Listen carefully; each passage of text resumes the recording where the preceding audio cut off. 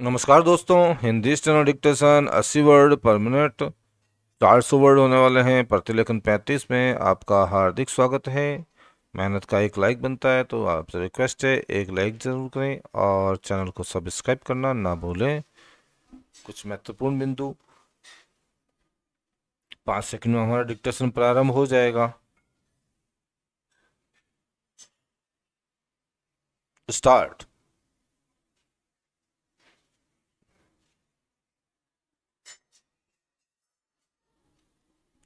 महोदय, मुझे इस संबंध में एक बात और कहनी है।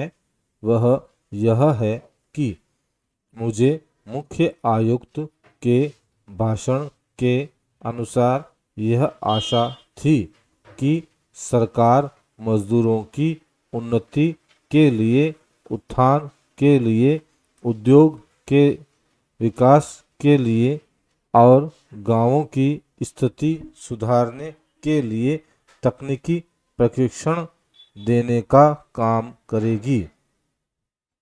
लेकिन ऐसा ज्ञात होता है कि आर्थिक शक्ति सीमित होने के कारण इस और कार्यवाही करने की संभावना नहीं रही। फिर भी मुझे आशा ही नहीं अपितु पूर्ण विश्वास है कि भविष्य में हमारा मंत्रिमंडल इस और अवश्य अविलंब ध्यान देगा। इसी प्रकार से ग्रामीणों की अवस्था सुधारने के लिए सरकार घरेलू उद्योग धंधों को भी बढ़ाएगी, जो अभी तक नहीं के बराबर है। पैराचेंज। भारत की दृष्टि से कुटीर उद्योग बड़े उद्योग की अपेक्षा अधिक लाभदायक है। पहली बात तो यह है कि भारत एक गरीब देश है और उसके पास इतना पैसा नहीं है कि वह बड़े उद्योगों के लिए पर्याप्त संख्या में बड़ी बड़ी मशीनें मंगवा सके। बड़े उद्योगों के लिए बहुत बड़ी बड़ी महंगी मशीनों की आवश्यकता होती है, जबकि कुटीर उद्योग छोटी छोटी और सस्ती मशीनों से चल जाते हैं।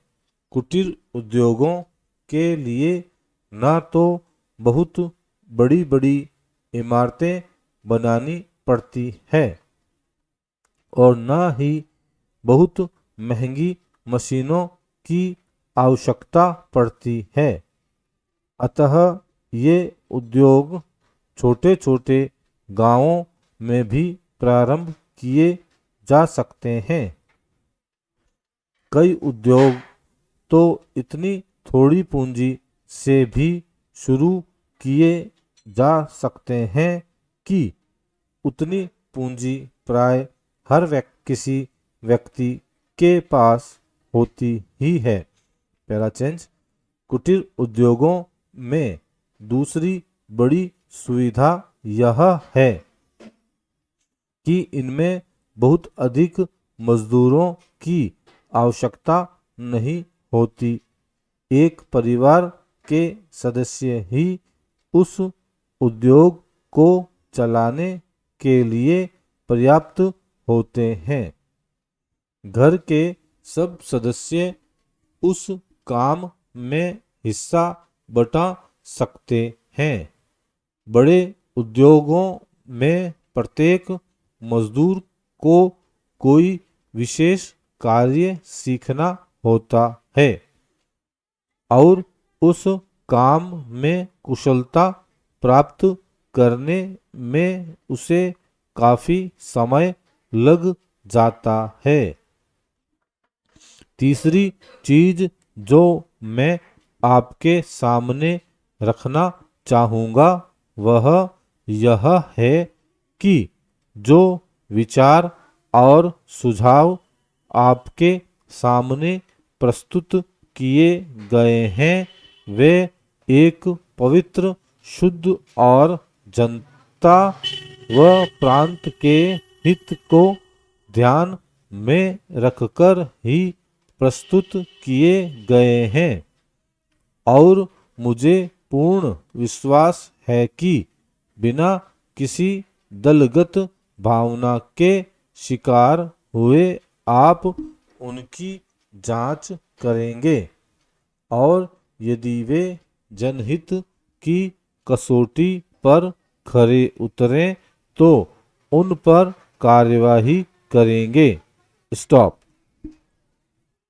दोस्तों, इस प्रकार हमारा प्रतिलेखन 35 यहीं समाप्त होता है।